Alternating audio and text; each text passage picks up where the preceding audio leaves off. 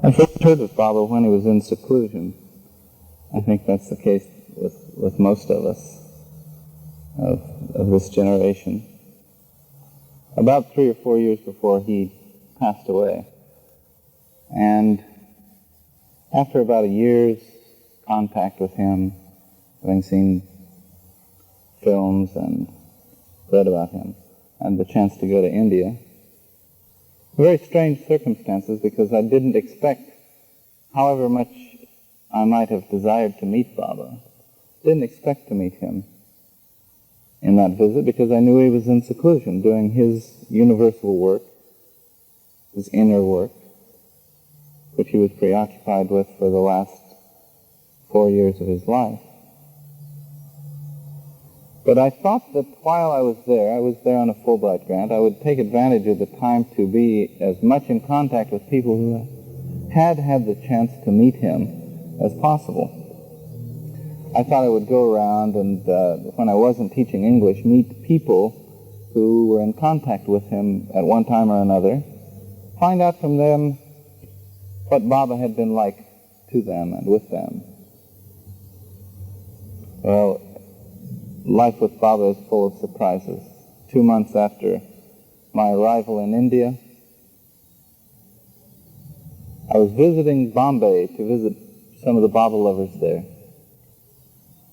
And I arrived early in the morning in Bombay to be greeted by 2 older Baba lovers, 6 in the morning at the train station. Very soon they said, "We think you've come to see Baba." I said, "No, I've just come to visit his lovers here in Bombay." They say, "No, we think you've come to see Baba." I thought, "No, God. A language problem already at 6 in the morning after riding all night on the train." Well, I'll try to be real clear. No, I haven't come to see Baba, just to visit his lovers here in Bombay. They say, we have a letter to that effect. I was saying, what? They had received a letter from Adi, Baba's secretary disciple, saying that Baba had invited me to spend 10 minutes with him 7 days from that time, August 17th. Later the meeting got changed. It got moved up and switched around a little bit.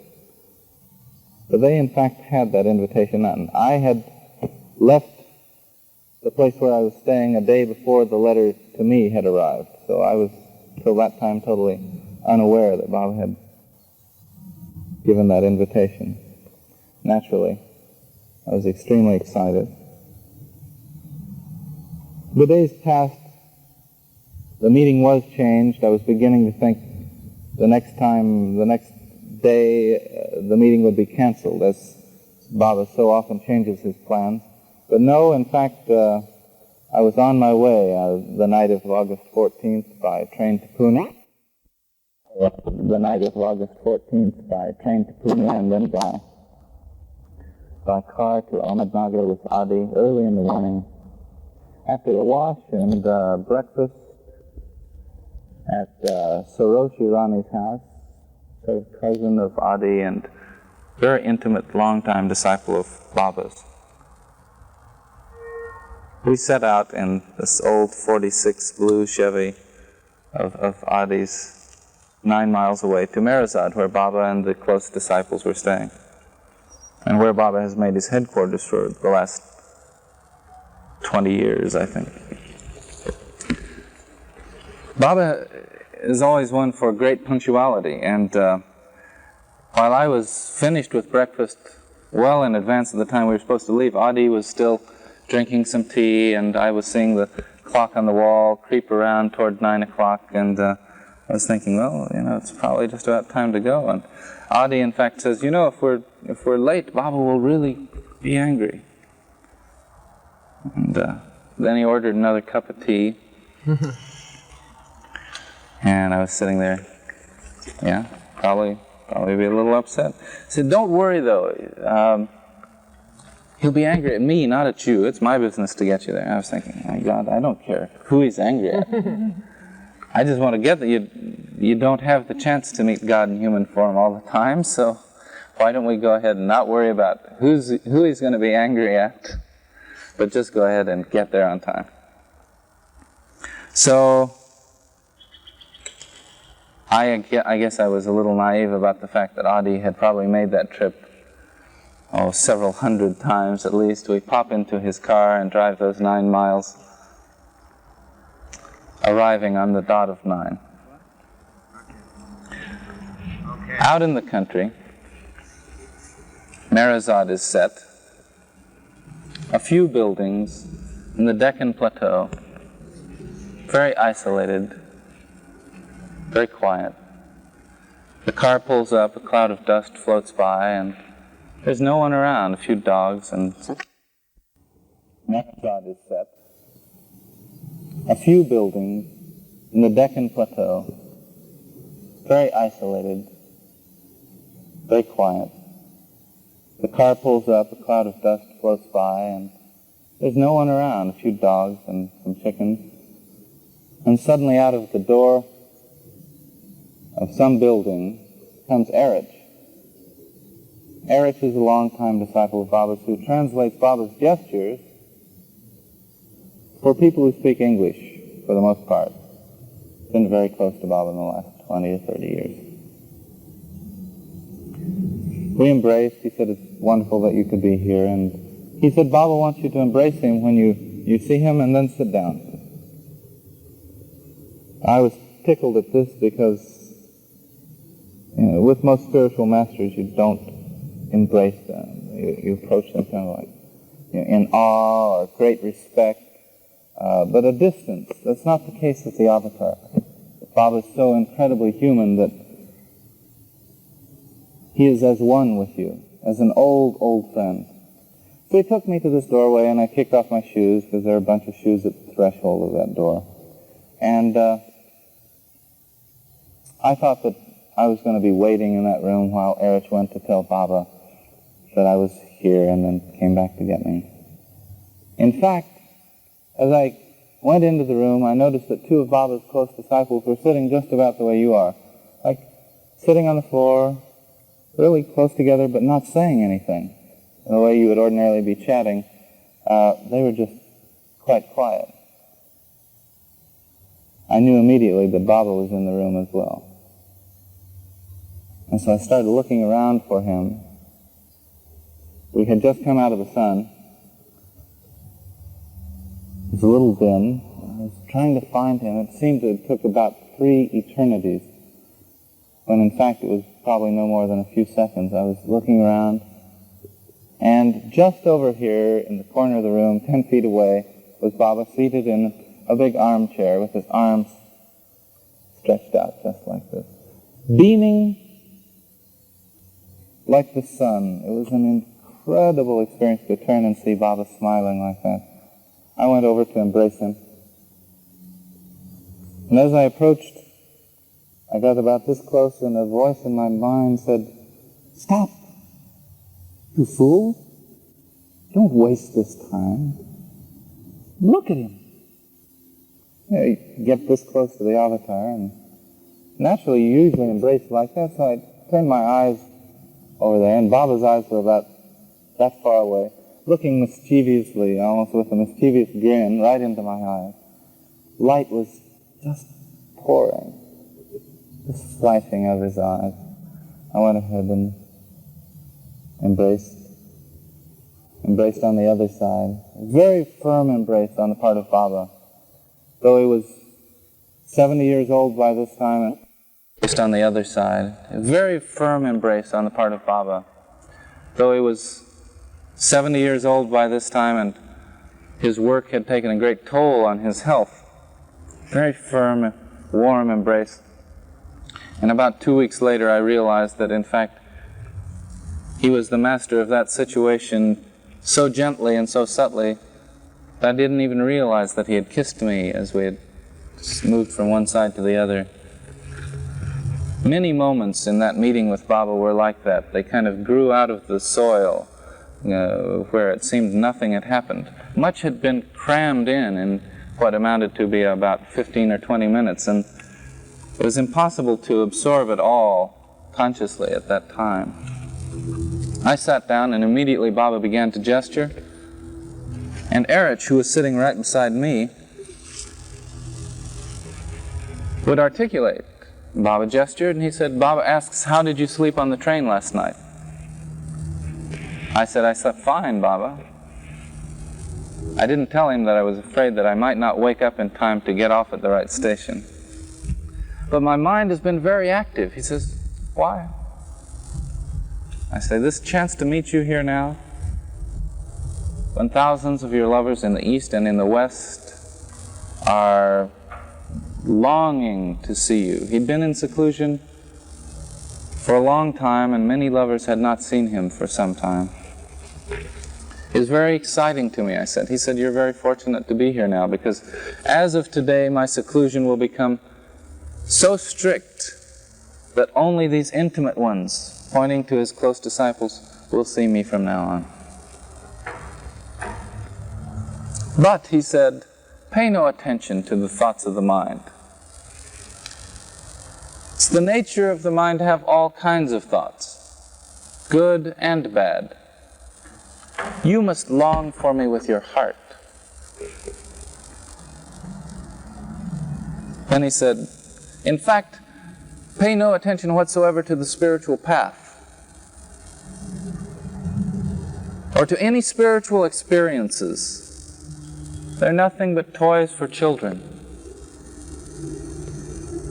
because they're nothing but illusion. You must long, must strive to see me as I really am, he said. Then he said, how can you see me as I really am? By longing with your heart to see me. I was there for a short time, so he was both asking the questions and answering them, so as not to waste time, I guess. And then he said, how will you get this longing? By loving me.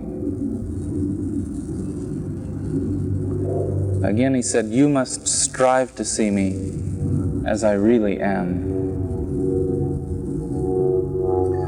Some time passed, he said a few things.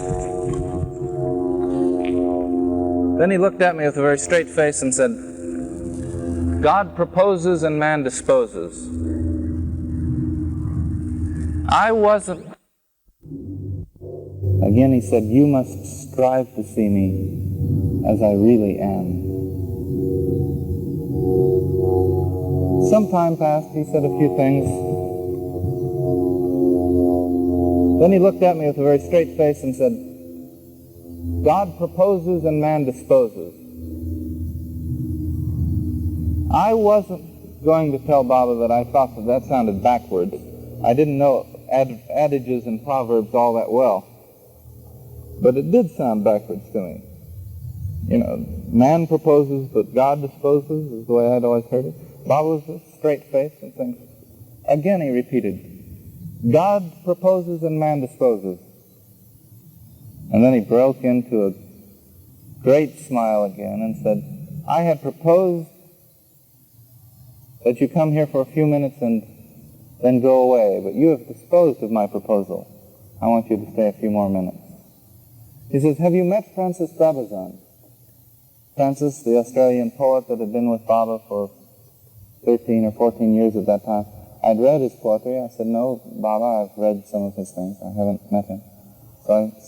So for the first time, took my eyes off of Baba and reached over and met Francis. Baba asked Francis to recite some of his recent poetry. Francis had a sheaf of pages. He read out a song, the words to a song, one line of which goes, don't try to slow me down by offering me a trip on LSD. I travel unencumbered, guided alone by love, see? Baba smiled, and then he had him read a couple of other poems, one in the old tavern poetry tradition of the Persian saints, where the symbology of taverns and wine and beloved is all spiritual symbology, referring to the setting where the master is, the tavern keeper is the master, the wine, his divine love that is so intoxicating.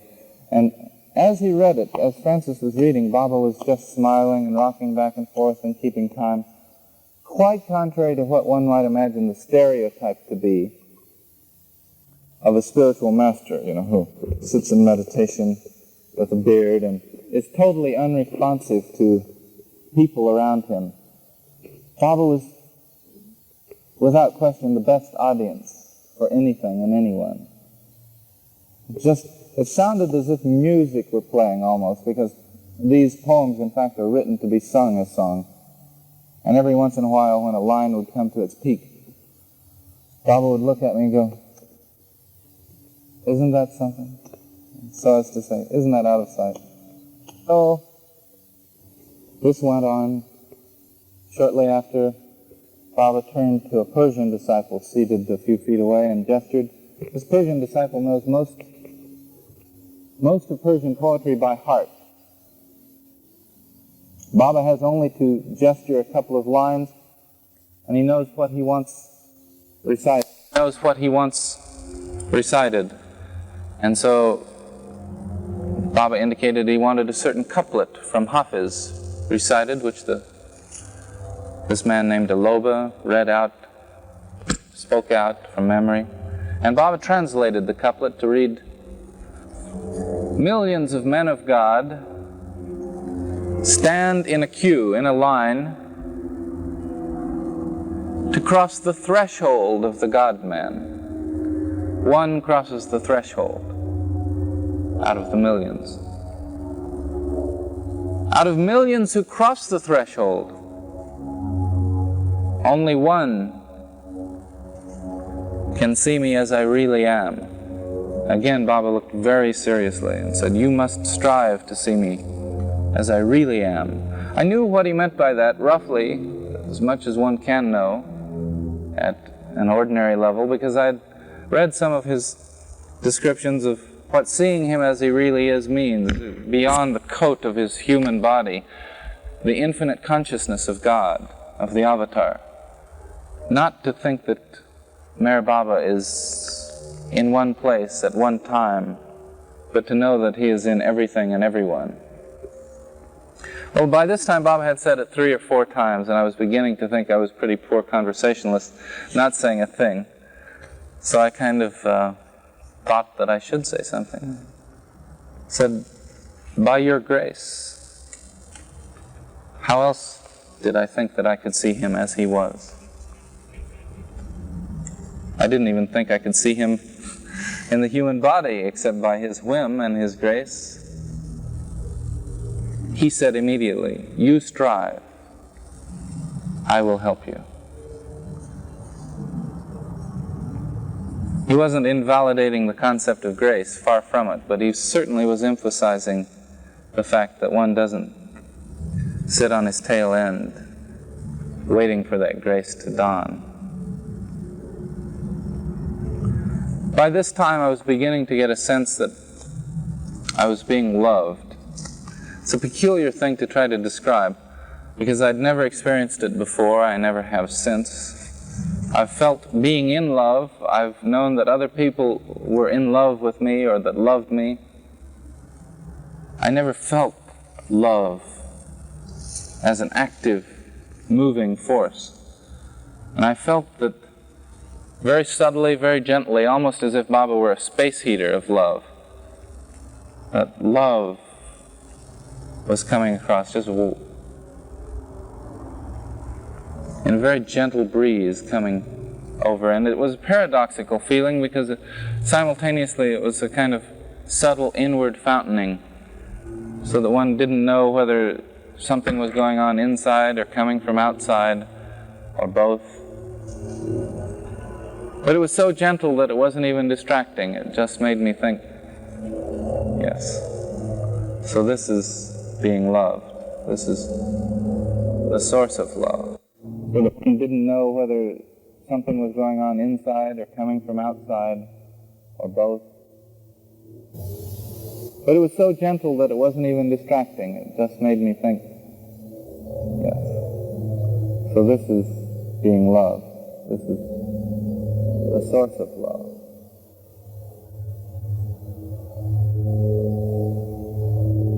After some time, Erich, sitting beside me, announced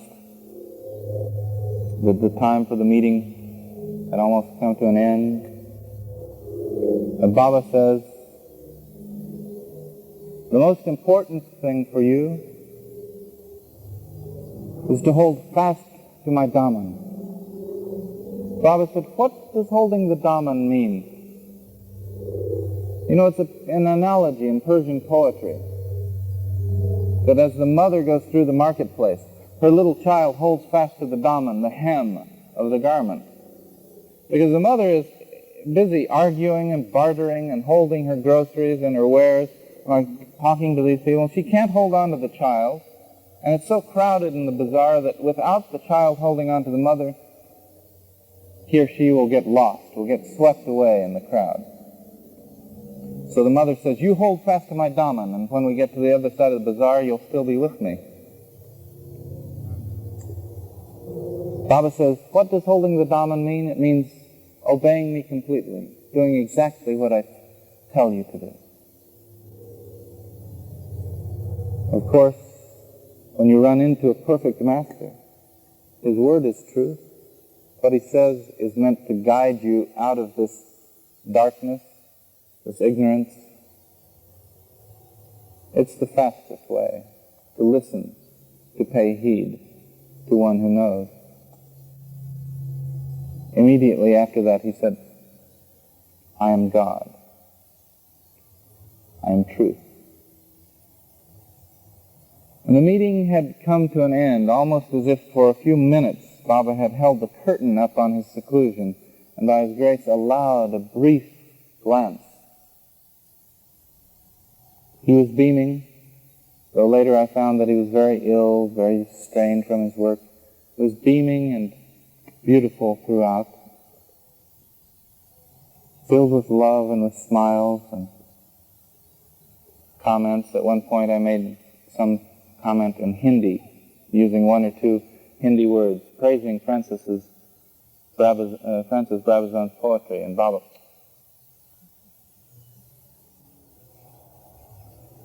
So I went to Baba again, embraced him again, kissed him, felt a tenderness and warmth that really I think is incomparable, because he is like the oldest friend, the one that one has never not known. One has always known this friend, you find. And I walked out, because he is like the oldest friend, the one that one has never not known. One has always known this friend, you find. And I walked out. I walked slowly out, bidding farewell to Baba,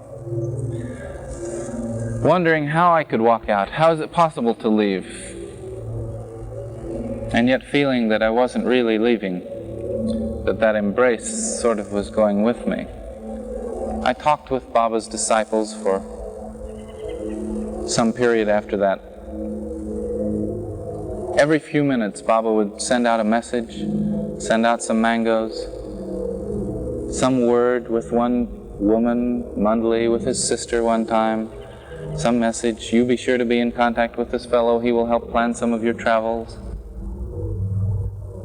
It was as if I hadn't left his presence, and as if his attention were still caring for, considering his recent guest, a matchless host, even at the most human level.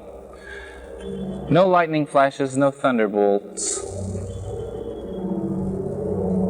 just a profound sense of being in the atmosphere of perfection,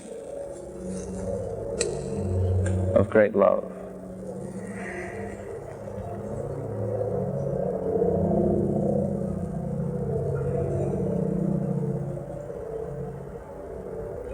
When you say to you, don't let me down.